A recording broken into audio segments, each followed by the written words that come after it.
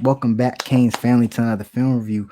But it's not one you're used to. It's not a game film review. It's actually a review of an upcoming opponent, pointing out some things that we might see from Texas A&M offensively, and maybe going over something what I might describe as a tendency that you pick up when you start watching film and start really diving into what a school and a team is trying to accomplish. Let's get straight into it. It's going to be trips to the right. It's a lot of trips formations. You ever hear me say 13? That means just one to the backside, three to the receivers to the right, or 31 means trips left. So we'll just get straight into it. They're going to isolate, and if it's man, they're throwing that slot fade. They're going to be hell of aggressive. They're throwing that slot fade to the trip side. They're going to dig and hitch it to isolate you on either a safety or a nickel. You got to go expect this. If you're going to be in that slot, you got to expect that slot fade because it's coming. Keep in mind where this receiver is. So it's going from left to right. You count 1, 2, 3, and 4 for your wideout. So the slot fade, anytime they run trips, if it's trips left 31, number 2 receiver is going deep. Anytime they run trips right, that number 2 receiver is most likely going deep. So that's a tendency. Let's see if how it plays out going through. All right, we back in now a 13 set. So field sides to the right. Guess where the number 2 receiver is? They got another receiver in corner out here. You can't really see him because the camera angle. But guess what we doing? We're going with that with that slot fade. They're throwing that slot fade to the number 2 receiver on that trip side, religiously. And yeah, they cashed in on it a bunch versus Miami, Ohio. Good, good play there. But they're religiously going at this slot fade to the number 2 receiver. You gotta, if you're a Miami defender in that nickel, Jaden Davis or Corey Couch, whoever's over there, you gotta know that man's going vertical. Picking up on these little minute or minor details is what really gets you by week to week in college football. So again, it's trips here, 31 set to the field side to the left. Here's the number 2. Guess what? With the single high, we run a lot of single high. I'm telling you, we're going to see this slot fade all night. This would be Cam, single high. Cover them up better in the back And they're running that slot fade to the number 2 receiver every time on that trip. This one's not going to be complete. Taking a shot downfield. But they're running that slot fade every time. I'm telling you, if you're Jaden Taking Davis, a shot downfield, or DP, whoever they put in that nickel, if you're over that number 2 receiver in that trip, you got to get ready to giddy up because they're trying to test you deep. So if our theory is correct, here's another play. 31 set trips here to the left. Is this number 2 receiver going to be going vertical versus that man coverage? Going to disengage. That's Evan Stewart. That's second level avoiding. That's great. I'm not going to slurp him, but he's really like that. This ball is late and probably would get picked off if he was throwing it against one of our nickels. So I'm really not scaring it. But again, the same concept you saw earlier in the red zone. You're going to get him across the middle. You're going to have a hitch on the outside, and your slot and your number 2 and your trips is going vertical. So that's a huge indicator when they come out in trips. You got to be ready to defend it.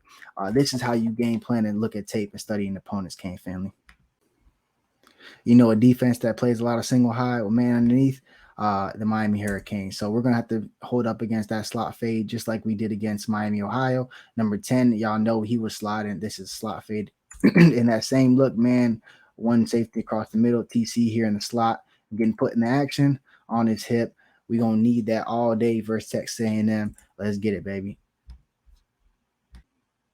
This time, trips here to the field side. Just trying to get DP in this little rub, little speed out, and slot fade. I really don't fear with our skill at cover corner. These slot fades. I think DP is like that. He's gonna strap up these slot fades just like he did here. And we just saw TC strap one up. We're about to get to the next one, but I do not fear Texas A&M. I'm not drinking that Kool-Aid. I know them boys is extremely talented, but this is just a different cornerback room, bro. Different from the fact that they all hail from Broward County. It's just a different room. Lastly here in a 2x2 set, they're trying to get. We're again in the cover one safety high. We're going to see this versus Texas A&M. This is a base defense for us. You're going to see this formation, and they're going to test us. Here's Jaden Davis giving that cushion, then just playing through excellent. You can tell he's played 4 years, started a bunch at Oklahoma because his eyes on the ball. Easy strap that down. I'm more confident with our DBs and cornerbacks than I've been in a long time. And let's roll, bro. I ain't really scared of Texas A&M. 11 set personnel. You're coming in motion here to to trips. This is a simple high and low. Everybody run it. Speed out, stick, and then corner. A route on your safety one-on-one. One, this would be Cam Kitchens back here, but just the ball itself falling back, it just was a horrible ball. That ball's supposed to be here away from the defender, so to the back pylon. This actually allows the defender to almost make a play. If that's Cam, that's a pick. So some of these throws, like that seam that was late and underthrown earlier that we looked over, the touchdown to Evan Stewart. Like, bro, some of these throws, like I don't know. I think we booking some of these, bro. I ain't gonna lie. All right, Kings family. So we're gonna be looking at when they go 2 by 2, or even sometimes we have a tight end in. So technically, it's a trips. There's scissor concepts where someone's going on that corner, someone's going on that post. Let's get right into it with this first one here on the post, Evan Stewart. So you'll see him be delayed. Right here, balls on him. Credit to New Mexico.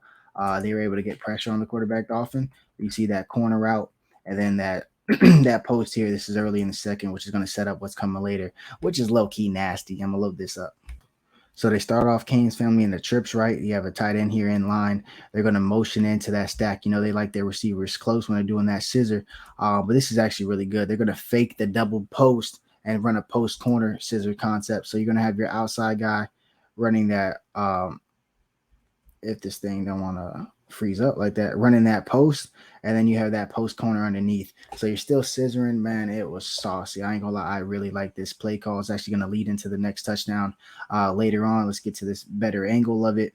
But watch out for that scissor concept. They're gonna have that post. He's gonna post corner and break right in. This is very nice. I ain't gonna lie.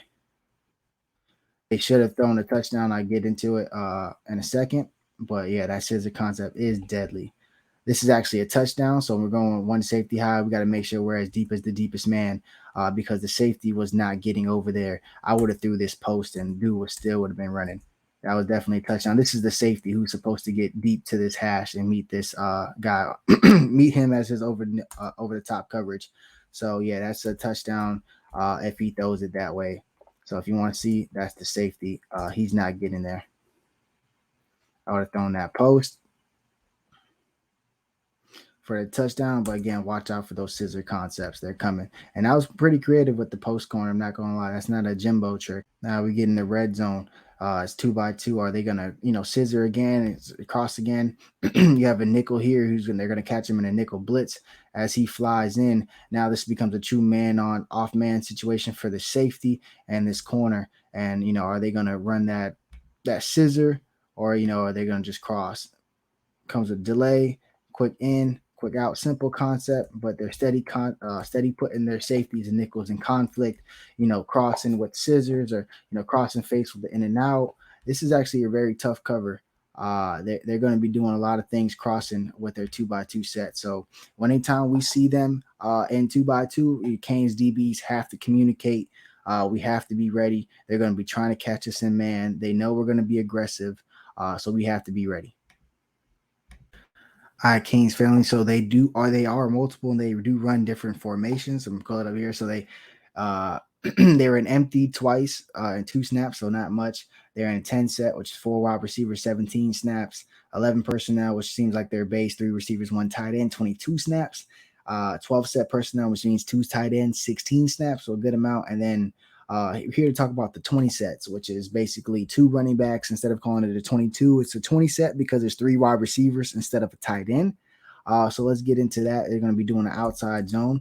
Simple, pretty simple blocking scheme is just zone right to the zone right blocking, and you get a running back here as a lead block to go up to the hole for the linebacker, which he's able to make contact with safety and second level. So not super complex, but you can see the power of the offensive line in the plays like this. You see multiple guys moving. Good cut here by the running back. And then what's the danger of this set is because you do have 3 receivers, so you're able to just go ahead and now you have you have the threat to run it, and then you actually have 3 receivers like if you were in 11 base personnel. So you just throw this quick out route. A lot of strength, a lot of arm strength and velocity. I mean, this is a far throw, so he's able to get it out there, maybe a tad late, but is able to get him out there and go upfield. So this is something that we got to look out for with the different personnel. You just can't sell out fully on the run when you see 2 running backs back there because they're going to have 3 receivers as well at times. every Kings fan knows we've had issues with mobile quarterbacks. Is he Michael Vick? Now the Nah. backfield out of Miami But he Central High can't School. move. He's able to, Wickman back to take pass, this has in, make a time. cut, two cuts, Good maybe move, almost run picks up the turd leg first. too much, almost damn Wickman back to blows pass, his has knee. Oh, thank time. God. He's Good okay, move, but picks up the you gotta first chill out, down. fam. He ain't that saucy. But And he's going to lay down at the so Kings 34-yard family line. Great move. got to be ready to make sure that he's not breaking containment and getting those receivers even more time. Because we can't have that with that talent in the receiver room. We can't have the DBs covering for longer than they're supposed to every snap. A look at their 12 set personnel, how they run the football here. This is Amari Daniels, a good player here at Miami Central.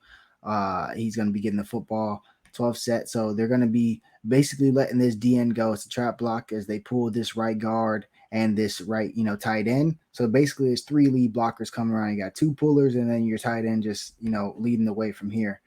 So pretty nice setup in the run game. But you just got to be smart with it, especially when you have a big I run mean, like getting that, a down big punt return. field and steam. Daniels with a big run, for a big breaking.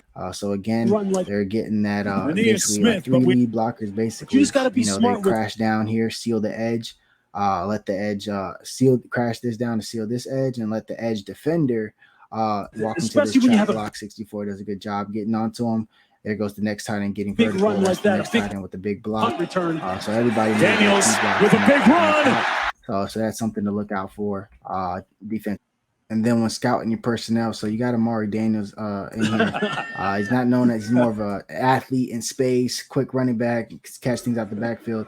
Third and 7 coming up for the home team. Just beat him one-on-one in pass protection. So pocket collapses and they take advantage of it. The home quarterback's going to be setting back, taking 3 to 5 step drops. Bring the house when he's in. You can get past his pass protection and hopefully make a play. Well, that's going to wrap up this sneak preview of the Texas A&M film review. Canes family, please leave a like on the video if you like it, or comment, and let me know if you guys like this type of stuff. I've never done a review or a preview, I should say, of an upcoming opponent, but I actually tested myself. I had to go look and try to find some stuff that I noticed on tape and stuff. It was actually really cool. So hopefully we can make this every week thing. Go Canes.